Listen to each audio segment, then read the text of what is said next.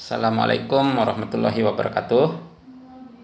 Perkenalkan, nama saya Ikang Murapi, dosen pada Prodi S1 Akuntansi Universitas Bumi Gora. Di sini saya mengajar mata kuliah akuntansi sektor publik. Adapun mata kuliah akuntansi sektor publik adalah mata kuliah wajib pada semester 4. Jadi bagi mahasiswa yang telah semester 4 harus mengambil mata kuliah akuntansi sektor publik. Dalam mata kuliah akuntansi sektor publik, kita akan membahas terkait dengan laporan keuangan pemerintah daerah dan tentu akan mengacu pada RPS, rencana pembelajaran yang telah saya susun. Di sini dalam metode pembelajaran yang telah saya buat adalah dengan menggabungkan grup diskusi dan praktek lapangan. Jadi masing-masing kelompok yang sudah membentuk grup dan beranggotakan 5 orang akan melaksanakan tugas praktek lapangan. Adapun praktik lapangan yang mereka lakukan adalah melakukan observasi dan wawancara ke SKPD yang ada di kota ataupun kabupaten. Jadi hal ini akan mengacu juga pada materi yang ada pada RPS. Jadi misal kelompok 1 tentu akan mengacu pada materi 1. Apa yang dibahas pada materi 1 menjadi acuan dalam melakukan wawancara pada SKPD yang telah mereka kunjungi. Dan selanjutnya seperti itu. Kelompok 2 mengacu pada materi 2 sebagai bahan acuannya untuk melakukan wawancara dan observasi ke SKPD yang mereka kunjungi. Untuk penilaiannya sendiri, saya lakukan untuk hariannya 20%, UTS 30%, dan UAS 50%. Dan hal itu saya update kepada mahasiswa, baik itu yang mendapatkan nilai bagus ataupun yang mendapat nilai kurang. Jadi bagi mahasiswa yang mendapatkan nilai kurang, tentu bagaimana cara menambahnya adalah dengan memberikan tugas-tugas tambahan. Adapun seperti tugas proyek atau membuat makalah yang terkait dengan materi yang ada pada RPS. Jadi dalam pembelajarannya nanti, kelompok yang sudah selesai melakukan, mulai dari membentuk kelompok, melakukan tugas praktik lapangan, selanjutnya akan mempresentasikan di dalam kelas. Apa yang sudah didapat harus dipertanggungjawabkan, sehingga mahasiswa yang belum melaksanakan tugas atau yang belum mendapatkan follow up dari SKPD akan mencari informasi bagaimana caranya supaya bisa segera mendapatkan panggilan dari SKPD setelah mengirim surat untuk melakukan observasi. Seperti itu. Tentu hal ini akan bermanfaat bagi mahasiswa. Selain menambah pengetahuan, juga memberikan pengalaman bagaimana mahasiswa itu berinteraksi dengan kantor-kantor pemerintah, khususnya SKPD. Jadi video pembelajaran berikut ini akan memperlihatkan situasi dan kondisi bagaimana proses belajar mengajar di dalam kelas itu terjadi. Semoga video ini bisa membantu dan bermanfaat bagi saya sendiri secara khusus dan secara umum bagi dunia akademik. Terima kasih atas perhatian. Demikian persepsi diri yang telah saya sampaikan. Semoga menjadi pertimbangan bagi pihak asesor untuk memberikan nilai yang terbaik. Assalamualaikum warahmatullahi wabarakatuh. Sebelumnya kami dan kelompok 4 akan mempresentasikan hasil wawancara di Bapeda Provinsi NTB. Sebelum itu, perkenalkan terlebih dahulu untuk anggota kelompok saya ada Dina Aryani Fitri, ada saya sendiri Putri Sudiani, ada Imade Ali Islamika, ada Yoga Ayu Fitri dan Hardi Madana. Nah di sini pada tanggal 7 Maret yaitu hari Selasa minggu lalu kami mengadakan wawancara di Bapeda Provinsi NTB dengan narasumber kami yaitu Sadada Putra Istana SSTT MAP yang merupakan lulusan IPDN dan lulusan S2 di Australia yang saat ini menjadi kepala bagian program di Bapeda Provinsi NTB. Nah untuk yang pertama itu apa sih Bapeda Provinsi NTB itu dan apa aja sih visi misinya? Nah untuk Bapeda Provinsi NTB sendiri itu merupakan badan perencanaan pembangunan daerah yang sebelumnya itu badan perencanaan penelitian pembangunan daerah. Namun sejak tahun 2012 badan Bapeda tersebut tidak lagi melakukan penelitian. Nah, di mana Bapeda sendiri adalah lembaga teknis daerah di bidang perencanaan pembangunan daerah yang dipimpin oleh seorang kepala badan yang berada di bawah naungan, yang berada di bawah dan bertanggung jawab kepada gubernur melalui sekretaris daerah. Nah, jadi Bapeda di sini itu lembaga yang memang naungannya itu untuk perencanaan pembangunan daerah gitu. Untuk visinya sendiri menjadi lembaga perencana yang andal. Untuk visinya ada 4, itu meningkatkan kompetensi dan profesional aparatur. Kedua, menyediakan data dan informasi yang akurat, mutakhir dan akuntabel untuk perencanaan pembangunan. Yang ketiga, meningkatkan kualitas rencana pembangunan sosial dasar daerah. Yang keempat, meningkatkan kualitas rencana pembangunan daerah yang sinergis berbasis tata kelola. Untuk susunan struktur organisasi Bapeda Provinsi NTB itu sebagai berikut.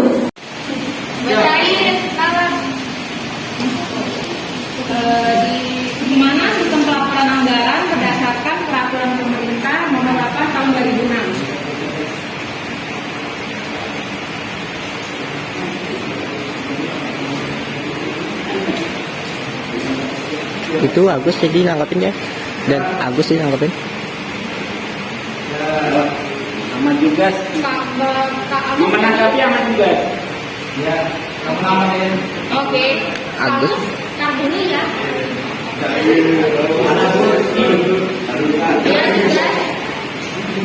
Terima kasih atas kesempatannya sebelumnya. Oke. Ini saya ingin menambahkan sedikit saja berdasarkan pemahaman saya. Tadi pertanyaannya bagaimana mekanisme pelaporannya. Itu tadi dipaparkan bahwa Bapeda hanya mengesahkan, dan saya sepakat akan hal itu bahwasanya Bapeda itu memang hanya mengesahkan, dia mengkalkulasikan berapa anggaran-anggaran yang akan diberikan ke daerah-daerah lainnya, di mana nantinya daerah-daerah tersebut mengajukan RAB mereka, barulah nantinya diteliti terlebih dahulu, diperiksa oleh Bapeda apakah ini sesuai atau tidak. Kalau sudah sesuai baru dia disetujui, kalau tidak ya tidak disetujui. Kalau setelah RAB itu disetujui, maka baru diajukan ke atasannya untuk pencairan dana tersebut. Nah, ada kepala badan, lalu di bawahnya ada kelompok jabatan nasional, di sekretaris, di bawah sekretaris itu ada bagian umum dan kepegawaian. Mungkin teman-teman bisa melihat di depan biar lebih jelasnya. Nah, untuk selanjutnya akan disampaikan oleh teman saya yaitu Yoga Ayu Fitri.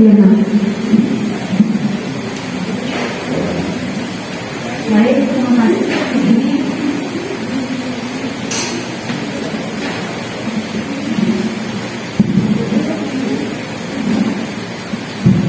Baik, ini saya akan menjelaskan apa saja sih tugas Bapeda.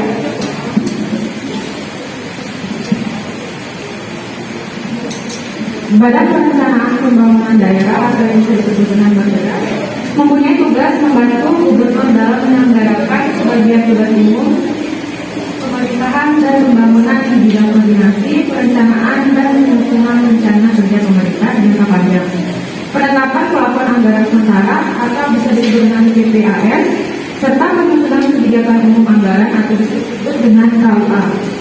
Baik, terima kasih. Kembalikan ke moderator.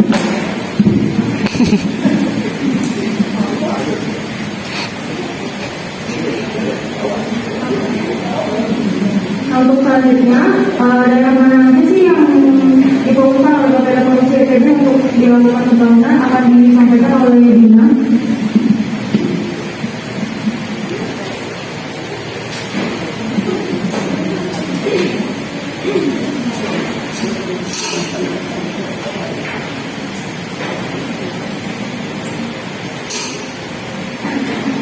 Pada provinsi di sini memfokuskan pembangunan yaitu di bidang pertanian dan industri. Yang tertuju pada daerah pertanian dan pariwisata karena itu yang benar-benar dioptimalkan sehingga saat ini NTB sudah menjadi lumbung pangan nasional. Selain itu juga gubernur kita saat ini ingin fokus kepada daerah industri hilirisasi NTB seperti industri sedaris dan lainnya.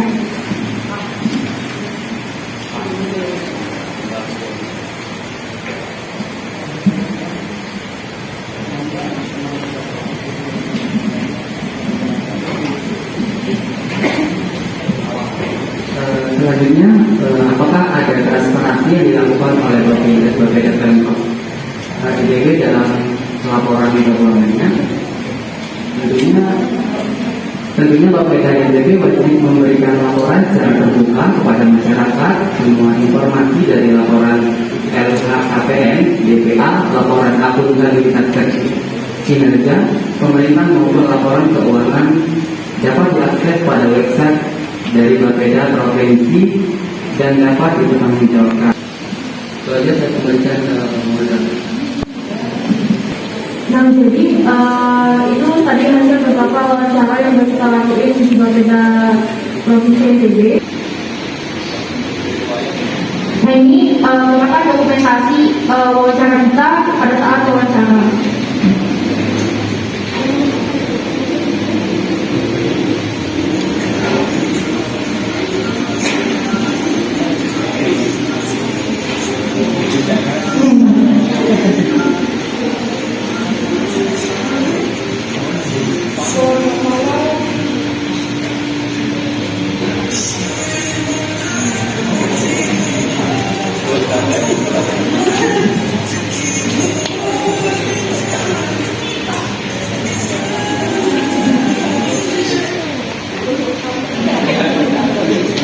Oke, sekian presentasi dari kelompok kami. Mohon maaf. Masih buat penjelasan atas kesempatannya. Perkenalkan nama saya Suatu Terbanti dari semester 4.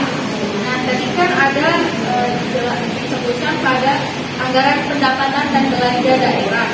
Ada disebut rencana anggaran dilakukan berdasarkan peraturan pemerintah nomor 8 tahun 2006. Nah, di sini yang saya mau tanyakan, gimana sih sistem pelaporannya berdasarkan peraturan pemerintah nomor 8 tahun 2006 tersebut? Pusat-pusat itu dia tuh langsung menuju ke Bapeda untuk mengesahkan bagaimana anggaran itu dikeluarkan. Jadi Bapeda itu tidak ada maksud untuk mengetahui anggaran itu kemana. Dia hanya mengesahkan. Anggaran Bapeda itu hanya mengesahkan, bukan kayak apa maksudnya itu kayak itu mengkoordinasi. Jadinya Bapeda itu tidak tahu keuangannya itu kemana, entah itu kemana. Jadi Bapeda itu Tuh, kalau Bapeda nggak tahu anggarannya kemana, ngapain kita menangani? Kan nggak ada kejelasan dong namanya. ya begini Gimana maksudnya. menurut saya? Dan maksudnya di sini itu kan emang Bapeda itu kayak gitu belum tahu gitu loh uang-uangnya itu di mana, tapi nanti dari pusatnya itu kayak ngejelasin ini loh, misalnya saya sebagai uang ini sebagai pembangunan jalan. Nah, jadinya kan informasinya itu cuma dia tahunya sebagai pembangunan jalan dan seberapa uang itu dikeluarkan. Kalau misalnya sudah pas, itu tujuan uangnya itu dikeluarkan atau disahkan tuh untuk pembangunan jalan, jadinya Bapeda itu kayak koordinasi mengesahkan atau menandatangani. Jadinya pihak Bapeda itu tidak terlalu mengetahui. Dia cukup tahu kalau misalnya anggaran 32 miliar. Nah, 32 miliar ini tujuannya untuk pembangunan jalan. Jadinya Bapeda hanya mengetahui informasi tersebut tanpa secara detail karena di sini ada privasinya tersendiri. Jadi Bapeda itu cuma hanya mengesahkan, dia tahu informasinya kalau misalnya pusat ini mengeluarkan uang 32 miliar untuk pembangunan jalan. Jadinya Bapeda cuma hanya tahu itu dan mengesahkannya. Hanya saya.